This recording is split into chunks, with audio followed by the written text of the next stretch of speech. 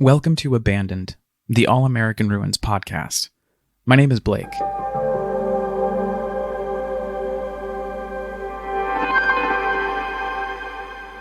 As we gear up for the release of Season 2 at the end of September, I've been releasing various bonus episodes to keep your abandoned RSS feed happy and healthy. Interviews with and profiles of innovative thinkers and doers in the urbex space, like Dylan Thuris from Atlas Obscura or Marissa Scheinfeld at the Borscht Belt Historical Marker Project.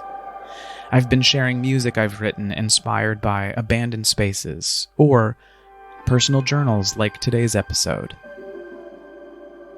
And because this show is, among many other things, a storytelling podcast, I'd like to share a short story with you today.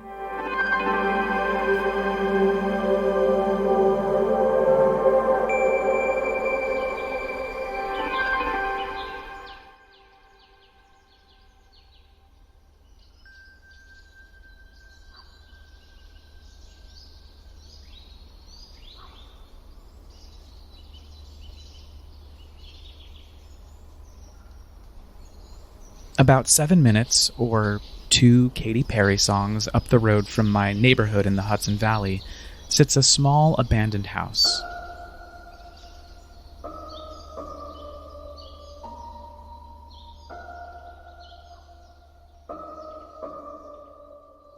It's 2 stories, no bigger than 500 square feet on each floor. It sits next to a beautiful white house, fully lived in, and both sit on a winding road that follows the backside of the northern Shawangunk Range. My friend Isabel, who you're gonna get to know in the upcoming season of this show, clued me into it. We visited the aging house together, but our stay didn't last long. Not because we were scared or intimidated, but because there wasn't anything to see, just a house with furniture and tools and appliances covered in dust like someone gave up on a reno job decades ago. I left feeling underwhelmed. It's not as if the space is ugly by any means or unappealing. It still has that decaying beauty, but something was missing.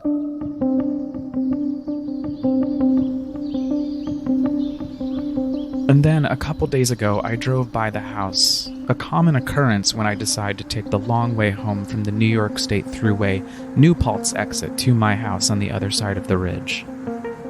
I wound down the sharpest curve in the already twisty roadway, a small but robust single-lane mountain highway, and there it was, and boom, past it, there it wasn't.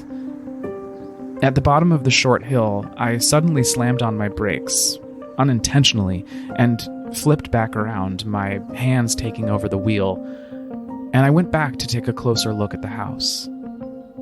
Sometimes a second visit sparks the imagination better than the first. And when I walked inside this second time, at dusk, the golden hour, when the sun is the kindest version of herself to that particular geographical plot on the globe at that particular time of day, I still felt nothing.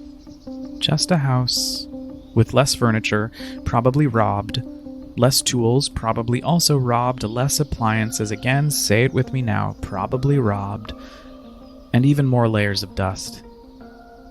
I stood in the silence of this late moment in July, soaking in the thick, wet atmosphere that is a New York summer, hoping to hear something magical pass through my brain and this expedition to find the heartbeat of this abandoned space, but again, nothing except the sound of summer in the mountains.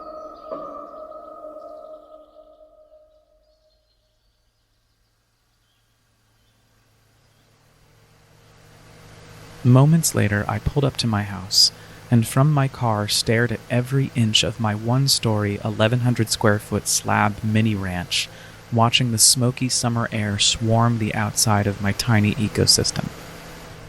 I cracked the car window and listened to the summer, the symphony of lawnmowers, crickets, cicadas, a radio blasting Bruce Springsteen in some garage somewhere, my own heartbeat trying to ground itself in this dumbfounding moment in my life where I'm suddenly afraid of everything and find little to no joy in anything.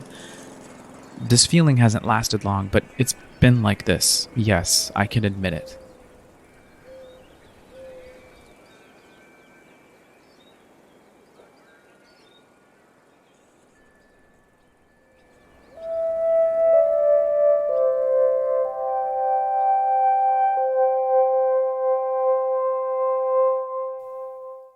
I can late preface this by saying that, yes, I suffer from mental illness, cyclothymia, and yes, I am an addict, clean and in recovery for almost 10 years.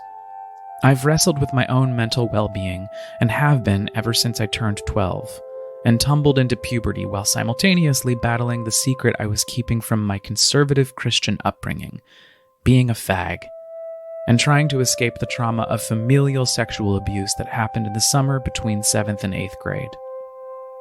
I started a downward spiral of drinking at 16 and didn't stop until months after I'd fallen off a roof on the Upper West Side of Manhattan, when I was drunk, of course.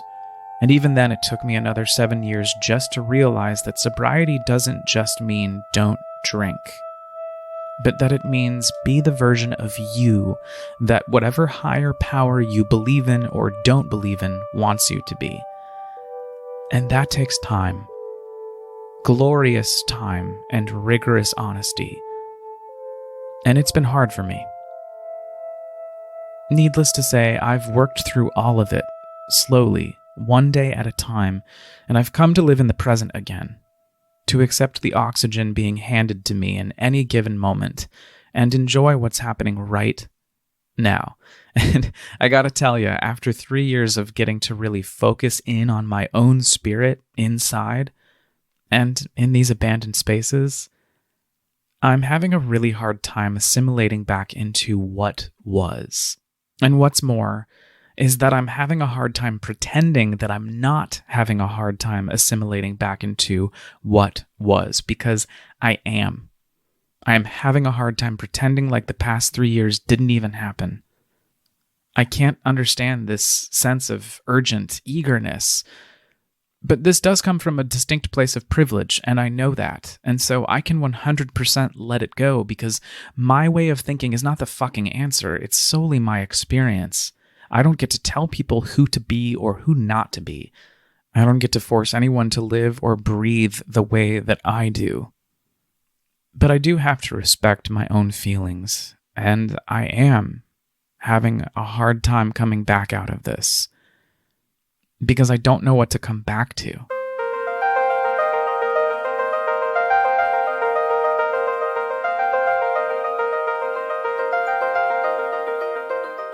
The whole world feels like we've reemerged and are living inside abandoned buildings where we used to. Places we can't accept aren't there anymore. Things have changed. The ether has changed. It all has. It just has. And I can't plunge into it that quickly. I don't know the landscape yet. I don't recognize it, and I'm a slow learner.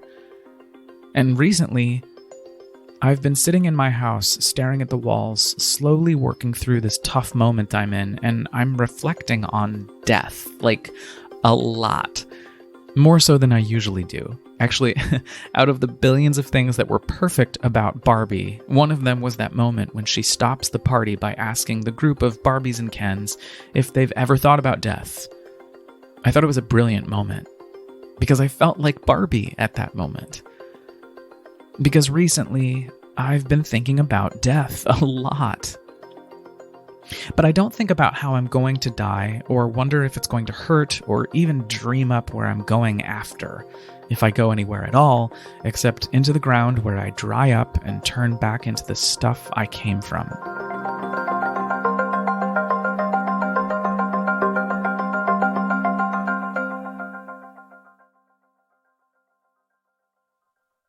What I've been thinking about is, what would I leave behind? I'm not talking about a legacy necessarily, but what version of me would I leave behind? What version of me would people find if my house was abandoned? When I get home from that most recent visit to the small 2-story abandoned house on the winding mountain road near my own slab 1-story lived-in house, I sit in the driveway, listening to the sounds of summer, and stare at the house in the evening light. It looks nice. The garden looks hardy.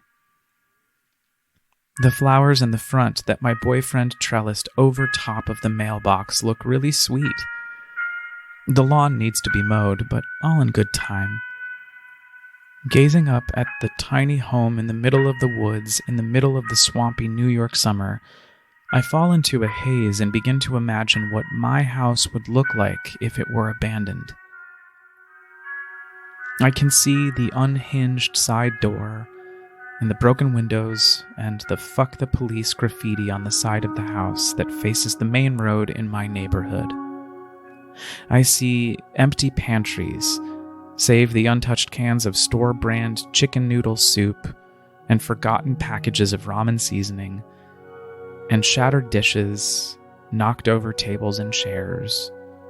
A really moving poem scribbled on the wall in the back hallway next to the washer and dryer, which for some reason remain unabused, still in their exact spots where I left them, clothes still in the hamper sitting on top of the unit.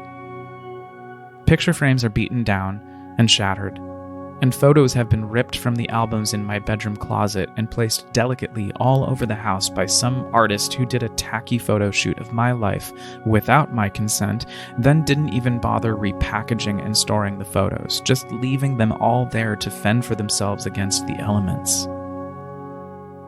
I start to get angry as I see how my life has been discarded, how proof of my existence has been looted and tossed aside like a defunct cigarette.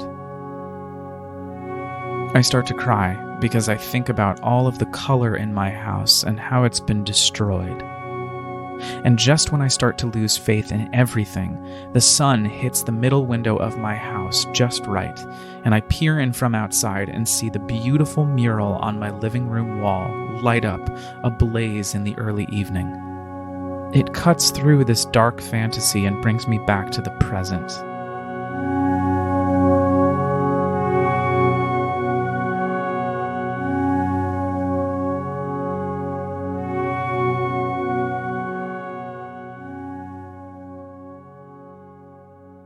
I can see the mural on the wall, orange and green and blue and red and black.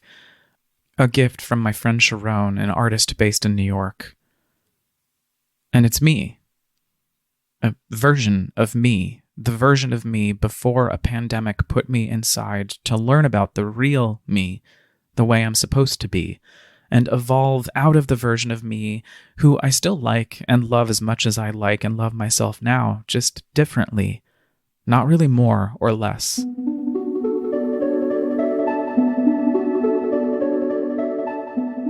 It's beautiful to see an entire wall, top to bottom, full of your color and your light and your joy and your story.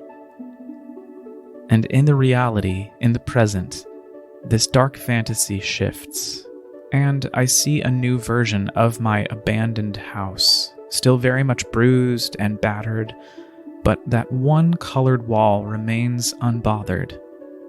In fact, it's guarded by instructions written on the adjacent wall, penned by some of the earliest explorers of this all-American ruin. And they politely ask folks to please leave this one wall be, because it tells a story. We don't know what that story is, but we can say for certain that this person loved color. And hopefully, that means he loved life too.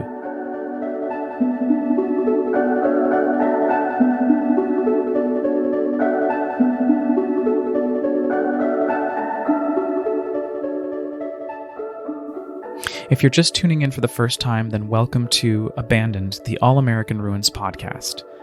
The complete first season is available now wherever you get your podcasts, and as I mentioned, season 2 comes out this September. Oh, and actually, speaking of September, in the last episode featuring Dylan Thurs from Atlas Obscura, I told you that we were going to be doing a live event inside the abandoned Widow Jane mine. And we're still doing that event, but we had to move locations because we just couldn't get the sound to work out inside this gorgeous abandoned mine. And for a party that's going to be primarily audio-based, we needed to get the sound right. So, we've moved that event, that live show, in partnership with Hudson, Atlas Obscura, and now Hudson House and Distillery in West Park, New York. It used to be an abandoned monastery, and then this amazing dude, Charles Ferry, bought it and transformed it into this beautiful space. And yeah, there's a real distillery in the basement of the building. It's right overlooking the Hudson River, just gorgeous, and it absolutely fits the aesthetic that I was hoping to go for with this launch party. So I hope to see you there. We're going to be producing a multimedia experience unlike any other Saturday, September 23rd, and I would love for you to join us. You can learn more and purchase tickets at allamericanruins.com, or you can follow me on Instagram at allamericanruins. Abandoned, the All American Ruins podcast, is written, edited, produced, and hosted by me, Blake File, with studio space courtesy of Radio Kingston WKNY AM 1490 FM 1079 in Kingston, New York. Special thanks to Ida Hackala, Jimmy Buff, and Manuel Blas for the resources and encouragement, Carrie Donahue and the faculty of the SUNY Stony Brook Audio Podcast Fellowship for the guidance and mentorship, and you, the listener, for always taking the time to explore these abandoned spaces with me.